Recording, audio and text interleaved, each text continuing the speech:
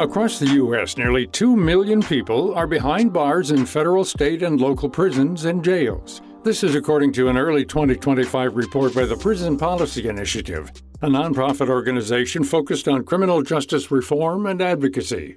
Today, the U.S. still has the largest incarcerated population in the world. With so many millions passing through this system, what kind of life awaits on the other side? For many, securing a job, housing, and finding some stability can be a shockingly difficult process.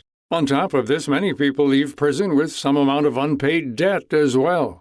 Court costs and fines and fees are charged to people at the time of their case and follow them around.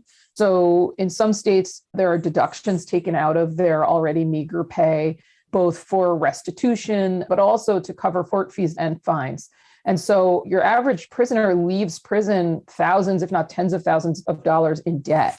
That's Beth Schwartzapfel, a staff writer at the Marshall Project, a nonprofit media outlet covering criminal justice issues. You start out in this really big hole. That's the first thing. And then you come out with a felony conviction, which makes it incredibly difficult to get a job. Studies have shown that when you start with a felony conviction and then you layer race on top of it, Black men with a felony conviction got the lowest callback rates of any group in a kind of seminal study of people who are applying for entry-level jobs. So the deck is really stacked against people. Without steady employment or access to education or training, it can be all too easy to slide back into incarceration. In a study published in September 2021, the Bureau of Justice Statistics looked at rates of recidivism over a 10-year span between 2008 and 2018 across 24 states. Essentially, recidivism is when previously convicted criminals get rearrested and re-enter the prison system. The report found that within 3 years, about 2/3 of former prisoners were arrested again. Within 10 years, this number jumped to 82%. Schwartzapfel says that part of the problem is this. Prisons pay prison workers little or nothing for their work. So it's often prisoners who are doing the work of keeping the prison running, doing the laundry, mopping the floors, filing papers, mowing the lawn, pretty much anything that has to happen besides for security to keep the prison going, prisoners are doing. And yet they're paid in a couple of states $0, and in most other states, pennies on the hour. Hourly wage for a prisoner is between 14 and 63 cents an hour, according to Prison Policy Initiative. And the way that prisons sort of justify that is to say, well, it's real world experience, right? They're learning to work and they'll be released with whatever it is they did at the prison on their resume. But what kind of future work is this setting them up for? There's been a lot of talk around the importance of rehabilitation in prison. Well, one aspect of this is helping prisoners gain access to long-term, meaningful employment.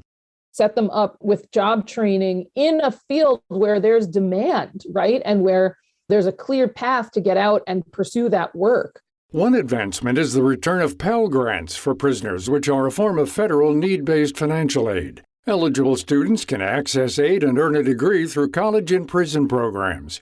However, in some cases, even with an education or relevant work experience, a criminal record is an automatic disqualification. In some states, anybody with a felony conviction can't get a barber's license, can't get a cosmetician's license. During the wildfire season, about how prisoners do a lot of the firefighting work in California. There's all these prison firefighting camps where prisoners do a lot of the work around fighting these wildfires. And yet there's a restriction against people with felony convictions working as firefighters. So here they're doing this extremely dangerous job that prepares them for a career that they are not allowed to have when they get out. Schwartzapfel says that one silver lining is that there's been growing awareness around the harmful effects of mass incarceration. As a result, some business leaders are taking steps to hire from this population. This can range from local independent companies to large corporations like Kroger and J.P. Morgan, who are pulling from this pool of talent. We simply don't have enough workers to fill all the openings that are out there. So this does create an opportunity for employers to look beyond their traditional hiring, which is a very, very good thing. That's Jeffrey Korzenik, an economic researcher and author of Untapped Talent, How Second Chance Hiring Works for Your Business and the Community. Korzenik says that there are currently 19 million Americans with a felony conviction. For many within this group, A job offer is hard to come by. For all people who have exited prison, it's estimated that the unemployment rate is 27%, and that includes those who are still looking. Of course, there are others who have simply dropped out of the labor force that you'd add on to that 27% number. In the first year out of incarceration, the unemployment rate is thought to be north of 50%. Through his work, Korzenik has had many conversations with employers who have voiced concerns about hiring ex-prisoners. The standard objections are all the same. It starts with, there are really three of them. It starts with the safety and liability. Are they incurring what's called negligent hiring liability, where they take on extra risk if something goes wrong because they've hired someone with a criminal record? Then there's concern about the quality of the product. Does second chance mean second rate? And then finally, there's a reputation risk. And there are effective responses to each. Ultimately, it relies on employers not just opening their doors to people with criminal records, but doing it in a thoughtful way that has processes that selects who is appropriate for any given role and also gives them the tools to thrive. Some of these tools may mean extra mentorship or taking the time to help develop professional skills like communication and collaboration. Korzenik says that if more employers are going to access this talent pool, they need to be aware of some of the gaps that candidates may have. Another common mistake is blanket protocols on who exactly is hireable. Employers often fail to distinguish between someone who's just out of prison or someone who's been out for 20 years and is well established. They tend to have blanket prohibitions on hiring people with criminal records, or even if they don't have actual prohibitions, will have a process that, in effect, excludes people with records from serious consideration. So someone who is 20 years out or 10 years out or even 5 years out, who's had stable employment, stable housing, stable transportation, that's really just another job candidate. Doesn't need any special consideration, yet all too often employers exclude them as well. Stable employment plays a big role in prisoner rehabilitation. A candidate that's a good fit for the position and the company benefits both parties and can lead to a more well-rounded workplace.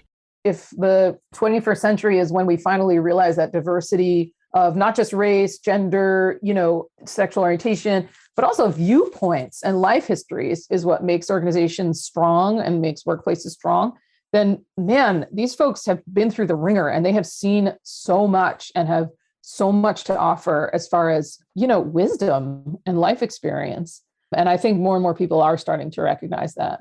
To find out more about this topic and our guests, Beth Schwartzapple and Jeffrey Korzenik, visit viewpointsradio.org. You can learn about the Marshall Project by visiting themarshallproject.org. Also check Korzenik's book, Untapped Talent, now available online and in bookstores. This segment originally aired in January 2022 and was written and produced by Amira Zaveri. I'm Gary Price.